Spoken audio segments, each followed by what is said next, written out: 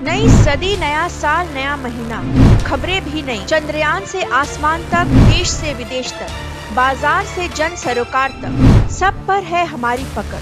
देखिए देखिए खबर सदीनामा सदीनामा। नमस्कार, मैं रूपा रजक सदीनामा की ओर से आ गई हूँ लेकर दिनांक 18 सितंबर 2023 का संपादकीय लेकर, जिसका शीर्षक है देश के बप्पा आप नहीं गणेश जी हैं, जिसे लिखा है हमारे सह संपादक राकेश अचल जी ने। आज बात करते हैं गणपति बप्पा की, देश की बप्पा हैं। गणेश जी हमारी संस्कृति के ऐसे नायक हैं जो जन जन के प्रिय हैं। उनकी काया, गज और मनुष्य दोनों का समावेश है। और जानते हैं इस संबंध में आगे क्या कहते हैं हमारे संपादक महोदय। गणपति जी पधार रहे हैं। महाराष्ट्र वालों ने गणपति यानी गणेश जी को बाप्पा क्या कहा। अब ये पूरे देश में और दुनिया में जहाँ जहाँ भारतीय रहते हैं वहाँ बाप्पा के नाम से ही जाने जाते हैं। दरअसल हमारे यहाँ असल नामों से ज़्यादा उपनाम खनिक हैं। नेम ज़्यादा जल्दी ग्रहण होते हैं। जैसे राहुल गांधी को भाजपा ने पप्पू कहा तो वे पूरे देश में इसी नाम से जाने पहचाने लगे। अपने मोदी जी के साथ फेंकू शब्द ऐसा चस्पा हुआ जो लाख कोशिशों के बाद भी हट नहीं पा रहा। गणेश जी हमारे भारतीय आस्थाओं का एक ऐसा प्रतीक है जो चाहे मिट्टी के बनाए जाए, चाहे प्लास्टर ऑफ पेरिस के या फिर गोबर के रहते गणेश ही हैं। उनके नाम का स्मरण करते ही जो तस्वीर हमारे जहन में उभरती है वो स्थायी एक रूप वाली होती हैं, यानी लंबोदर गजवदन मनोहर वाली। इस तस्वीर को कभी कोई मिटा नहीं सकता, अर्थात ये तस्वीर अविनाशी है। इसे किसी मुग़ल से, किसी अंग्रेज़ से या किसी उदयनिधि से कोई खतरा नहीं है। गणेश जी हमारी संस्कृति के ऐसे नायक हैं जो जन जन के प्रिय हैं। उनकी काया में गज और मनुष्य दोनों का समावेश है। उनका ठेका कोई नहीं ले सकता। हालांकि देश में पहली बार विघ्नहर्ता गणेश के समारोह में सियासत ने भांजी मारने की कोशिश की है। देश की संसद का विशेष सत्र गणेश चतुर्थी के दिन ही आहूत किया गया है, तमाम विरोध के बावजूद। लेकिन मुझे नहीं लगता कि गणेश जी ने इसका बुरा माना होगा, क्योंकि वे जानते हैं कि उनके समारोह में विघ्न डालने वाले देश के असली बप्पा नहीं हैं। असली बप्पा तो वे खुद हैं। हमारी संस्कृति में श्री गणेश ऐसे अकेली नायक है जो लोक नायक भी हैं। उनकी अपनी विरासत है। गणेश जी को लेकर अनेक रोचक कथाएं और किंवदंतियाँ उनके साथ जुड़ी हुई हैं। वे सियासत में जिस तरह हमारे तमाम भाग्य विधाता लोकप्रिय हैं, उसी तरह जनमानस में गणेश जी की लोकप्रियता किसी भी इंडेक्स में सबसे ऊपर है। उनके एक नहीं पूरे 108 नाम हैं जो उनके माता पिता ने नहीं बल्कि उनके भक्तों ने रखे हैं। विसंगतियों से भरपूर गणेश जी का एक दांत टूटा है, लेकिन वे कभी किसी डेंटिस्ट के पास नहीं ले जाए गए। उनके अभिभावक चाहते तो उनका टूटा दांत भी बदला जा सकता था, क्योंकि उनकी इच्छा से गणेश जी का सिर बदला गया। किंतु वे वैसे जैसे थे वैसे ही मनोहर थे क्या बप्पा, और थे क्या मनोहर आज भी हैं और हमेशा रहेंगे। उनका पेट भरा है, लेकिन उन्होंने कभी डाइटिंग पर ध्यान नहीं दिया।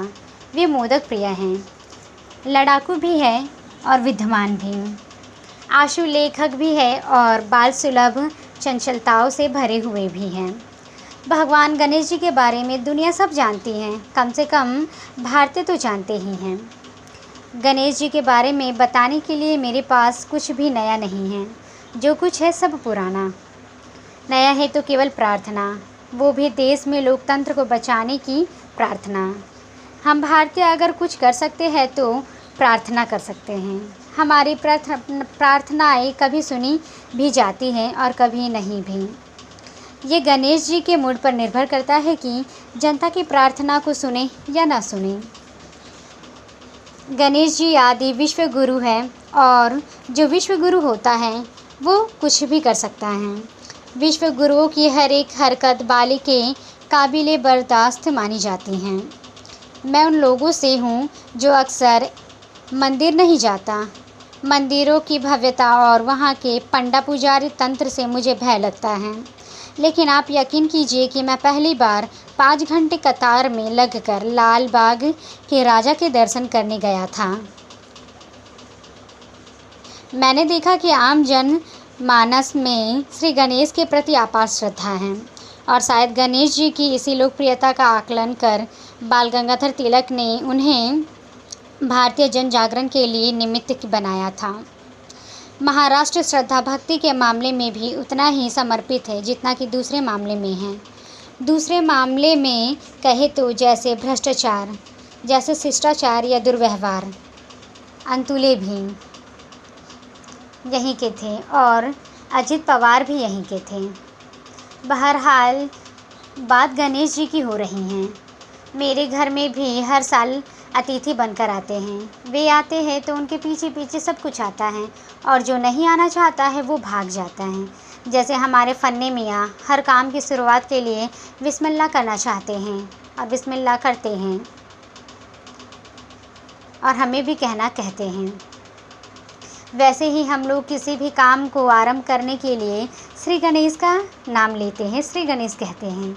संसद के विशेष सत्र का श्री गणेश भी इसी परंपरा के अनुसार हो रहा है। ये नया संसद भवन हमें गुलामी के प्रतीक पुराने संसद भवन से मुक्त करने जा रहा है।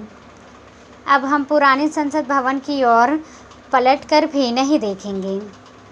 हम तो अब पुराने भारत यानी इंडियन की तरफ भी पलटकर नहीं देखने का इंतज़ाम किए। इसी नए संसद भवन में करने वाले भी हैं। हमने पहले भी पुराने नोटों को नए नोटों में बदला था। हमारे ज्योतिषाचार्य और ज्योतिषाचार्य बता रहे थे कि करीब 300 साल बाद एक ऐसा योग्य बना है कि मिथुन, मकर और मेष राशि के जातकों के लिए शुभ फल की प्राप्ति होगी। भाग्योदय हो सकता है। लंबे समय से अटका और फंसा हुआ धन मिल सकता है। अब अपनी राशि तो तुला है, इसलिए अपने को तो कुछ मिलने वाला है ही नहीं, लेकिन जिन राशियों वालों को लाभ मिलना है उन्हें मेरी शुभकामनाएं हैं। हमने बचपन से श्री गणेश की जो कहानी सुनी है उसके अनुसार गणेश को जन्म न देते हुए माता पार्वती ने उसके शरीर की रचना की। उस समय उनका मुख सामान्य था। माता पार्वती के स्नानागार में गणेश की रचना के बाद माता ने उनको घर की पहरेदारी करने का आदेश दिया। माता ने कहा कि जब तक वह स्नान कर रही है तब तक के लिए गणेश किसी को भी घर में प्रवेश न करने दें। तभी द्वार पर भगवान शंकर आए और बोले, पुत्र, यह मेरा घर है, मुझे प्रवेश करने दो। गणेश के रोकने पर प्रभु ने गणेश का सर धड़ से अलग कर दिया। गणेश को भूमि में निर्जीव पड़ा देख माता पार्वती व्याकुल हो उठी। तब शिव को उनकी त्रुटि का बोध हुआ और उन्होंने गणेश के धड़ पर गज का सर लगा दिया। उनको प्रथम पूज्य का वरदान मिला, इसलिए सर्वप्रथम गणेश की पूजा होता है। आज के विश्व गुरु और हमारे विश्व गुरु गणेश जी में ज़मीन आसमान का अंतर है। हमारे आज के विश्व गुरु रणछोड़ दास हैं, लेकिन कहते हैं कि गणेश जी ने एक छोर 2 विवाह किए। सियासत के गणेश अक्सर शादी विवाह से भागते हैं। दरअसल मैं ठहरा गोबर गणेश, इसलिए मुझसे अक्सर ये गलती हो जाती है कि मैं सत्ता प्रतिष्ठा के खिलाफ खड़ा हो जाता हूँ। मुझे ऐसा नहीं करना चाहिए, किंतु श्री गणेश जी मुझसे ऐसा करवा लेते हैं।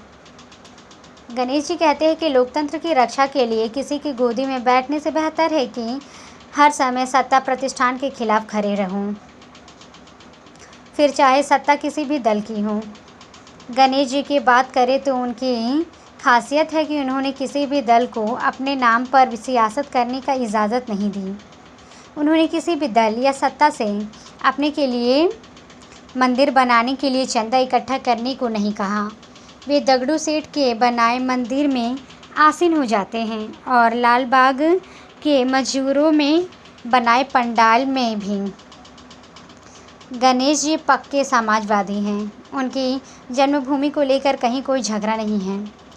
मेरे सभी देशवासियों पर, इन्हीं में मेरे पाठक, मेरे प्रशंसक, मेरे मित्र, शत्रु, सहयोगी और मेरे लेखों के लिए मुझे प्रतिदिन 1 रुपया देने वाले और न देने वाले शुभचिंतकों भी शामिल हैं। गणेश जी सदा अपनी कृपा बनाए रखे, यही कामना है, शुभ कामनाएं हैं। आप सभी को ढेरों बधाइयाँ। हाँ, ध्यान रखिए कि गणेश जी को सिंदूर और धूप चढ़ाने से विशेष फल मिलता है। इसके अतिरिक्त उन्हें गुड़ के मोदक और बूंदी के लड्डू, सामी वृक्ष के पत्ते तथा सुपारी भी प्रिय हैं। गणेश जी को लाल धोती तथा हरा वस्त्र चढ़ाने का भी विधान है। तो ये था दोस्तों हमारा आज का संपादकीय। कल फिर लौटेंगे एक नए विषय, एक नए संपादकीय के साथ। तब तक के लिए नमस्कार। नई सदी, नया साल, नया महीना, खबरें भी नई। चंद्रयान से आसमान तक, देश से विदेश तक, बाजार से जन सरोकार तक, सब पर है हमारी पकड़। देखिए खबर सदीनामा।